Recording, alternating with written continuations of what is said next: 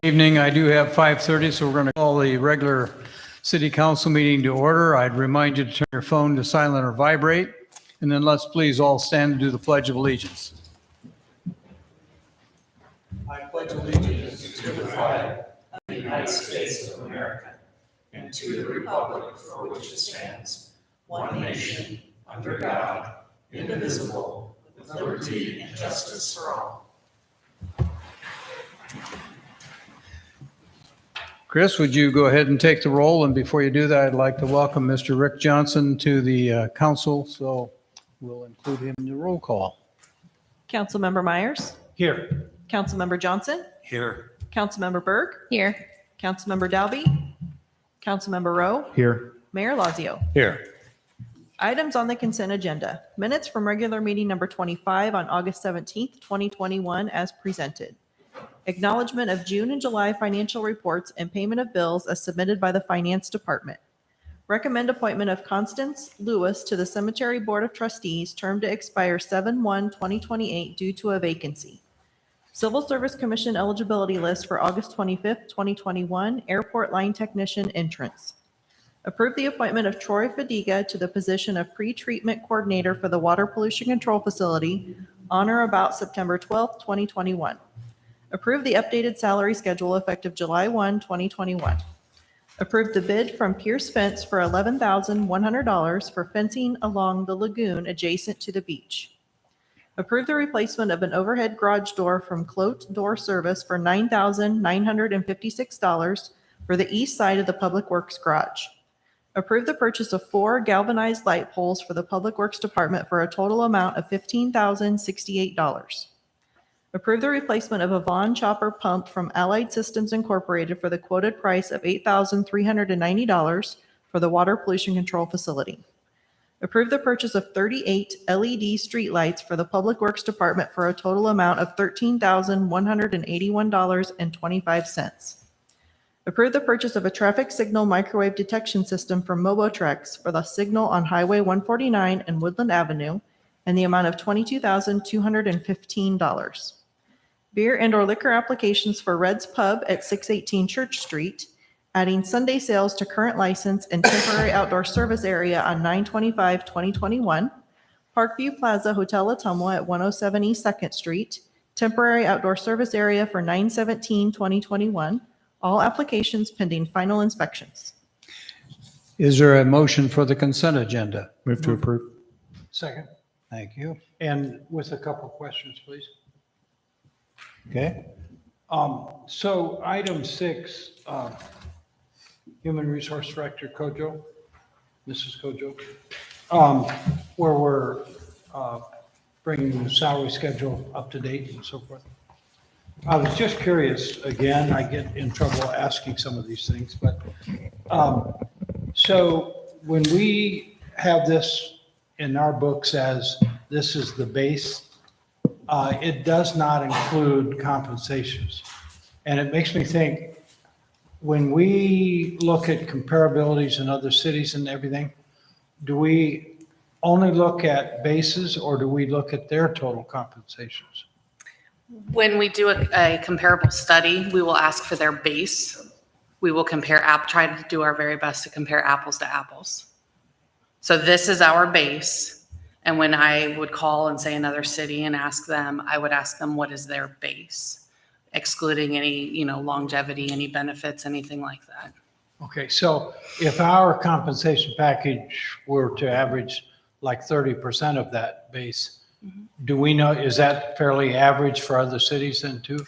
That's not something we know at this point because that's not something that's ever been done. It is something that Administrator Rath and I have discussed that we need to do a total compensation study, which would include base, our compensation package, our benefit package, everything. Okay, thank you. And then I had another question, Mayor, on item 7. And you gave me some information now that I didn't read here, but I wondered if Director Rathy, Parks Director, would want to speak to the $11,100 fencing for the beach.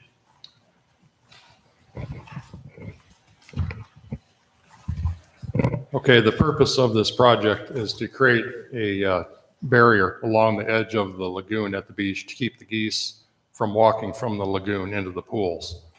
It got worse this year with the number of geese, and on several occasions they got into the wave pool and created bacteria problems. So that's the purpose behind the fencing along the edge of the lagoon. Okay, and I thought, Gene, if the public were aware, when you just see 11,000 for fencing, doesn't mean a lot. But those of us that do use the beach and see the products left behind and so forth, it sounds like money well spent. So thank you. Okay. Any other questions or comments? Ready to vote? Take the roll, please. Councilmember Myers, Yes. Councilmember Johnson, Yes. Councilmember Berg, Yes. Councilmember Rowe. Yes. Motion carries 4-0. Thank you. I'll need an approval for tonight's agenda as presented. Is there such a motion? So move. Second. Go ahead. Councilmember Myers, Yes. Councilmember Johnson, Yes. Councilmember Berg, Yes. Councilmember Rowe. Yes. Thank you. Item D on our agenda is a report from our administrator, Phil Rath. So Phil, I'd turn it over to you. Thank you, Honorable Mayor. The first item that I had on the agenda was just an update to the council and the general public about a grant that was going back to 2013 for, I believe it's Iowa Street reconstruction. Iowa there. Avenue. I'm sorry, Iowa Avenue. And reconstruction was done. So this project was back in 2013, and the city received funds through the RISE grant. Part of that was tied to job creation. The agreement was originally done with Cargill Meat Solutions, which later had sold to JBS. Based on the timing, the job creation had to be within a certain window, as I understand, and those jobs were not created within that window, even though they have since been created. So as a result, we received notification, and we're still working with DOT trying to figure out if there might be another solution. But at the moment, the original grant that came to the city was about $830,000.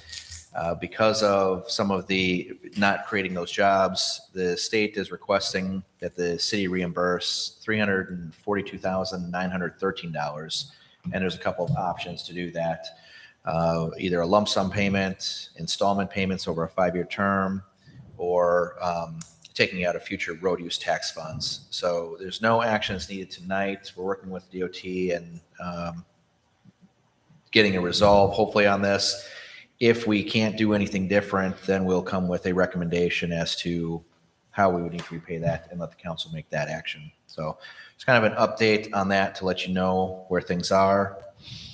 Let's see. Next thing I had was identifying, highlighting for the general public for the primary and city election dates. We do have 9 candidates that have qualified and are running for city council. 3 seats will be eligible. And we have 3 candidates that are currently running for mayor. We have, as a result of that, we will need to have a primary election that is scheduled for October 5th of this year. And that will narrow the pool in both of these by a third. So after the primary election, you will have 6 candidates for council. And after that primary election, you'll have 2 candidates for mayor. The city election to determine who the next representatives will be is scheduled for November 2nd. In that also of this year. So 1 month from today, there'll be the primary election to narrow down the candidates, and a month following that would be the city election, and that will determine. One thing for the public to know, and I've made the candidates aware, is that, and Representative Johnson is also aware, that due to the filling of that seat by the council, we were notified that actually at the primary election on October 5th, the candidate with the highest number of votes in the city council election will actually take that seat within 10 days after the election has been certified. And Mr. Johnson is aware of that, has graciously said that if need be, since he is running for mayor, that he would shorten his term instead of January to that time in October. So let's see. So that is an update on the election dates and coming up. Looking at the next item I have here, just kind of bleeds into elections. And one of the things I wanted to say just in general is, from experience, elections have a tendency to be negative, to go negative between candidates, but also within the city. I think sometimes during campaigns, you see that it tends to focus on the more negative things that are going on within the city, and fails to see some of the positive that has happened over the last period of time. And I'm hoping that that isn't necessarily the case, since all the seats are vacant at this point. People are running for, not against somebody or their record, but for their own benefit. And the other thing is sometimes it doesn't always paint the whole story as to what's going on, or may not be 100% factual. So I encourage the public to get out to election campaign events, to meet the candidates, to hear everything, question everything, make sure that you're doing your part as an elector, and put the right people in place that are going to help carry things forward. I think that, in my opinion, the city has taken some great strides over the last few years. The last 18 months I've been here, I've seen a lot of very positive interaction amongst the council and a lot of very positive things. It is oftentimes a thankless job. You're forced to make difficult decisions, and what sometimes seems like an easy solution, when you know all of the facts and all of the things between it, you're forced with having to make tough decisions. And so I think the candidates that are lucky enough to get elected are going to see that firsthand when they're sitting in these chairs and facing down the audience there. So I wish all the candidates luck, but I want to thank the council members, especially those that will be exiting, for your service and all the things you've done to help make my first year and a half much easier.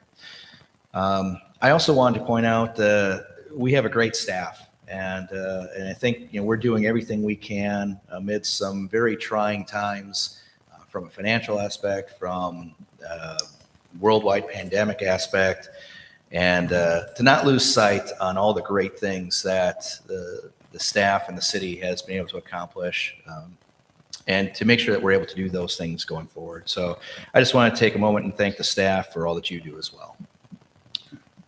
Thank you, Phil, for those comments. I know the Courier has sent out a questionnaire to the candidates, and also I believe the League of Women Voters is working on a forum to give the public some opportunity to learn about the candidates. So keep your eye on the paper there and listen to the radio, and we'll certainly make those dates available.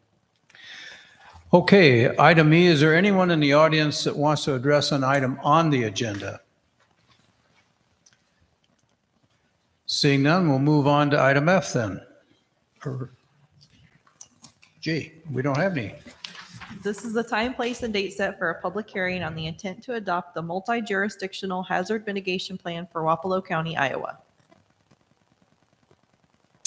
This is a public hearing. Tim, are you going to make some comments about that? As routine, I think all the council received a copy of that in their packet. Yes, sir. Thank you, Mayor. Okay. Good evening, council, department heads, and fellow public. Every 5 years, we have the opportunity as communities to put together a plan to identify what some of our hazards are and identify those as projects we'd like to pursue.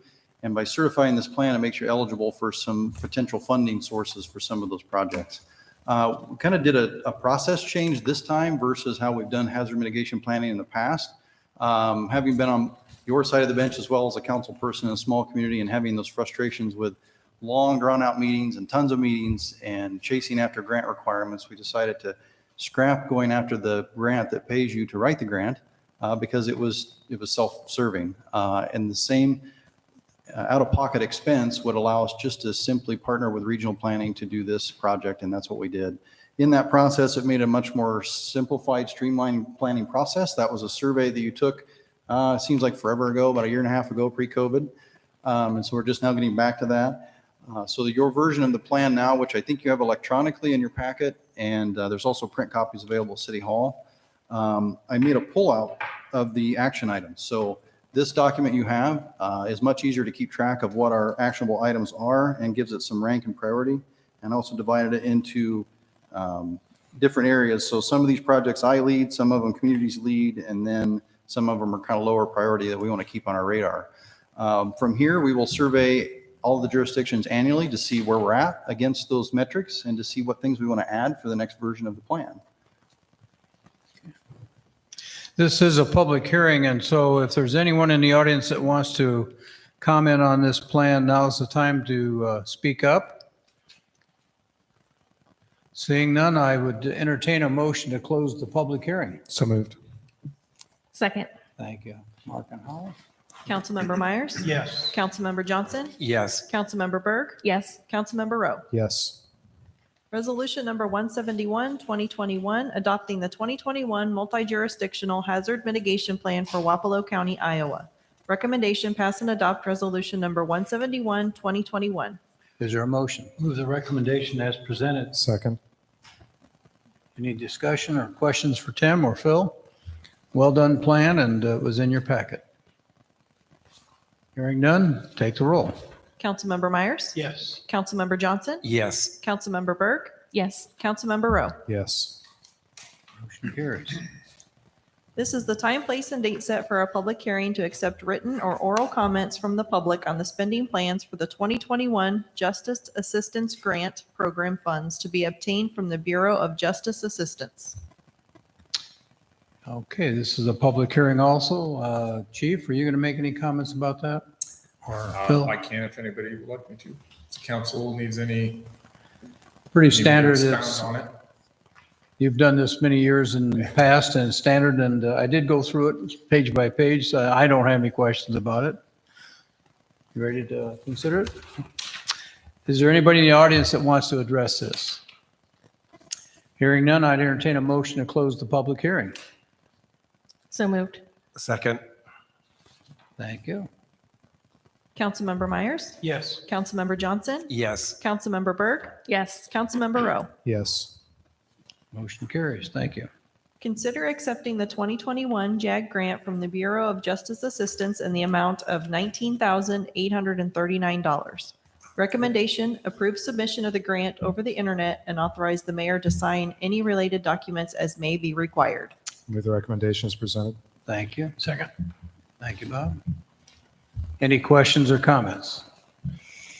Hearing none, take the roll. Councilmember Myers? Yes. Councilmember Johnson? Yes. Councilmember Berg? Yes. Councilmember Rowe? Yes. Okay, motion carries. Resolution number 169, 2021, approve the memorandum of understanding between the City of Ottumwa and the Ottumwa Police Union Teamsters Local 238 to clean up the language regarding officers' holiday pay included in the current contract for the period of January 1, 2019 through June 30th, 2023. Recommendation, pass and adopt resolution number 169, 2021. Is there a motion? Move the recommendation as presented. Second. Thank you. We'll recognize Barb Kojo, the Human Resource Director. Thank you, Mayor. So this is just something to clean up that has come to light as we are migrating to the UKG platform for all of our accruals and timekeeping and everything like that. What we found in our current police contract is we have two items that actually contradict each other. And so as we were inputting all of this into that system, we found that we needed to clean up that language. After working with the police union and representatives from there, we are going to be removing one of the items in that police contract, which it does not change a practice. The common practice has still been to use our holidays by June 30th of every year. This is just actually going to make it say that in their contract. Are there any questions for Barb? Just a couple quick questions. Yeah. Is this the only contract that we're going to have to amend for those reasons? From right now, from what we've seen, yes, this is the only one. Okay. I guess that's my only question. I will say we have not completed the rest of the accruals part of migrating into UKG. So I can't speak what could happen, but based on what we've seen so far, this is the only one that threw up that red flag for us. Okay. Any other questions or comments? Hearing none, take the roll. Councilmember Myers? Yes. Councilmember Johnson? Yes. Councilmember Berg? Yes. Councilmember Rowe? Yes. Resolution number 170, 2021, approve the employee light duty policy. Recommendation, pass and adopt resolution number 170, 2021. Is there a motion? Move the recommendation as presented. Second. Thank you, Holly. Okay, Barb, you have the floor. Thank you, sir.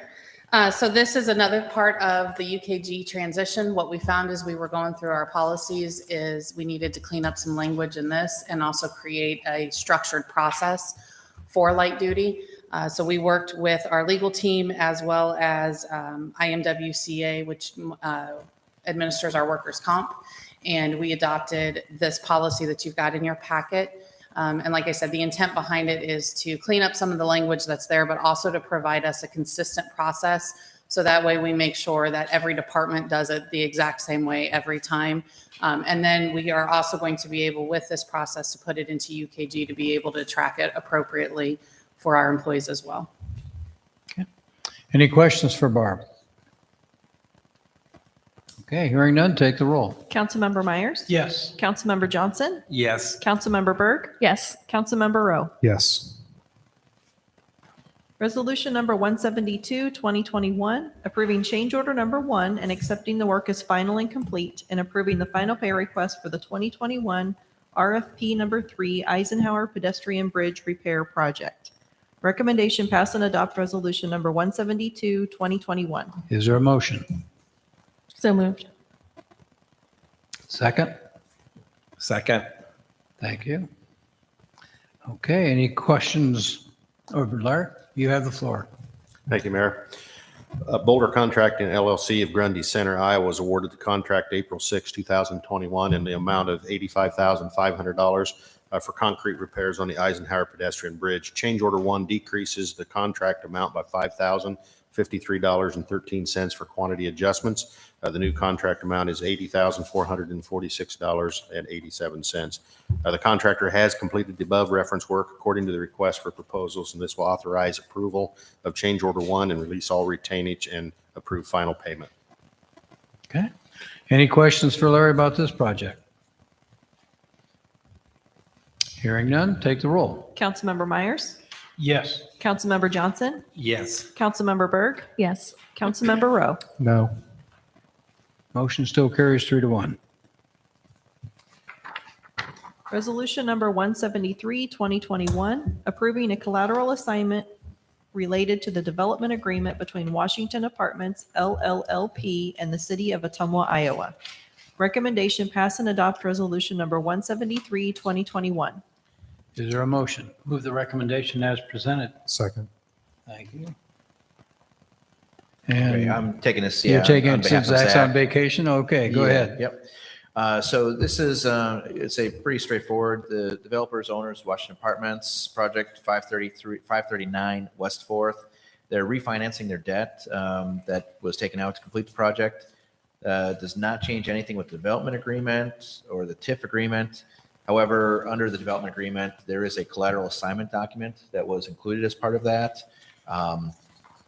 Again, this collateral assignment doesn't change anything with TIF agreement or create any new obligations for the city. Everything in there is still the same, and the ownership of the property is not changing either. So this is just they're refinancing their debt service. Okay.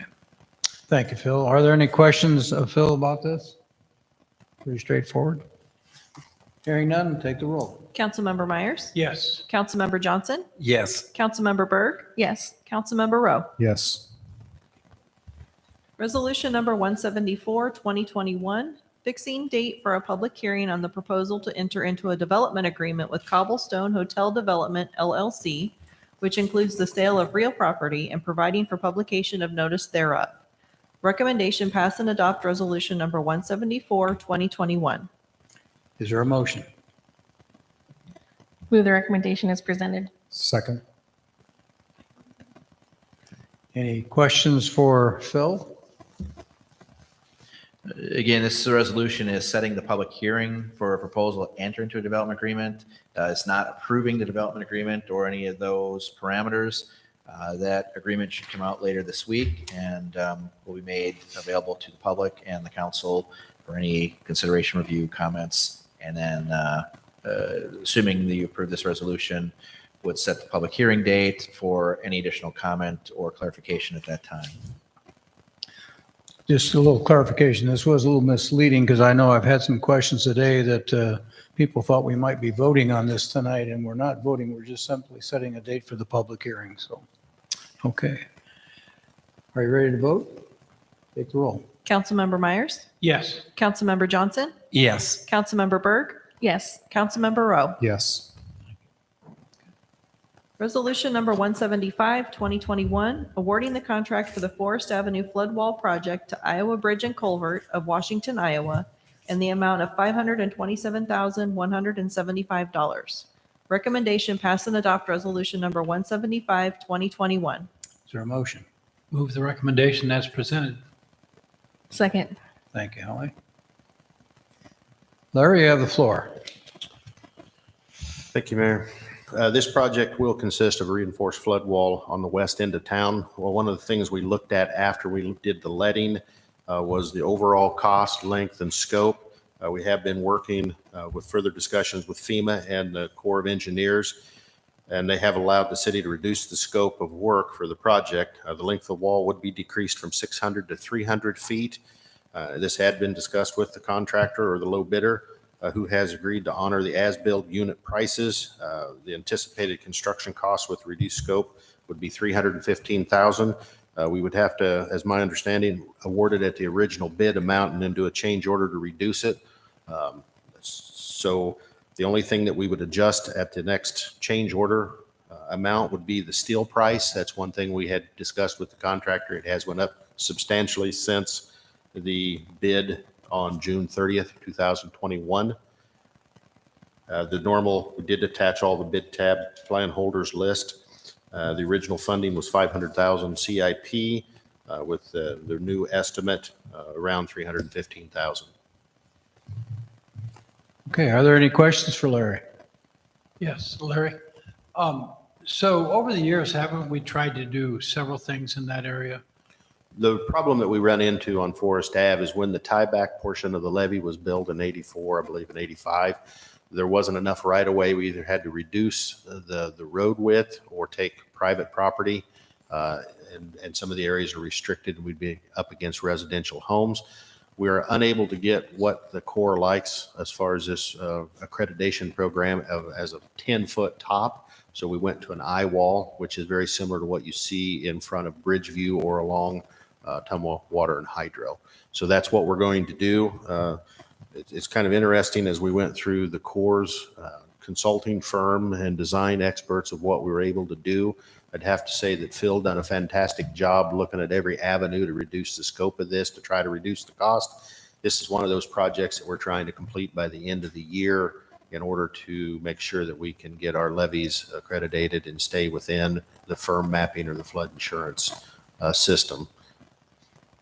We're juggling a lot of projects right now to try to make this happen. But it is one more attempt to try to work in that area too.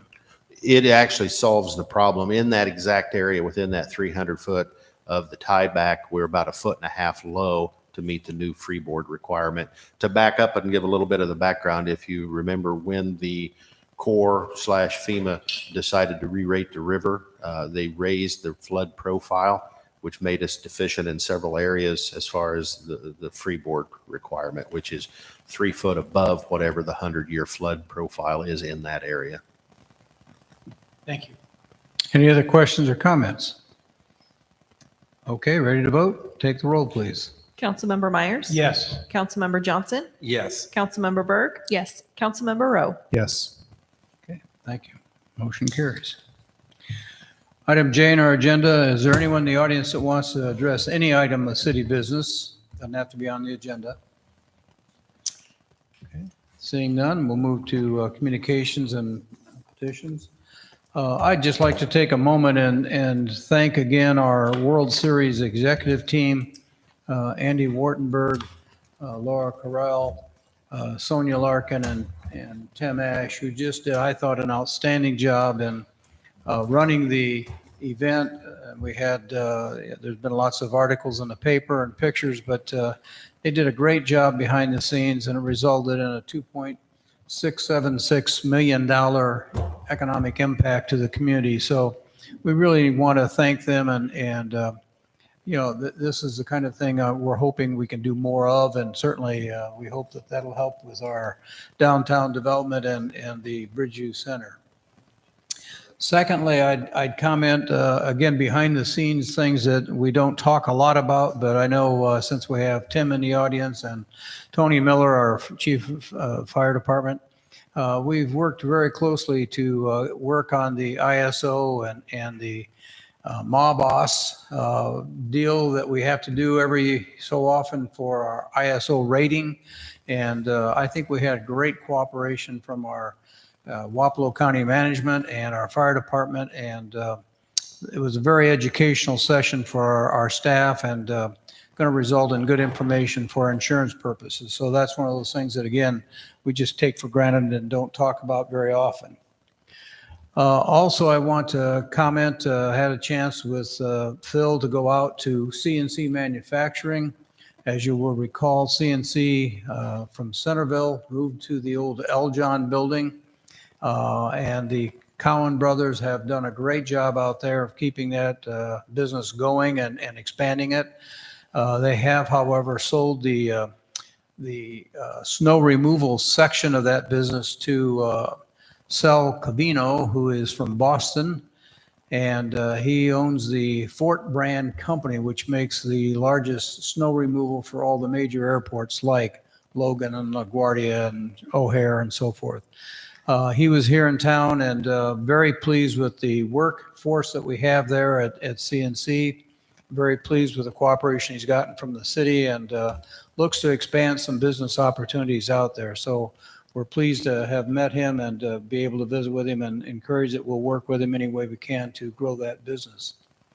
And then lastly, we just had a visit from the Iowa and National Main Street program, and I think we really hit a home run on this one too.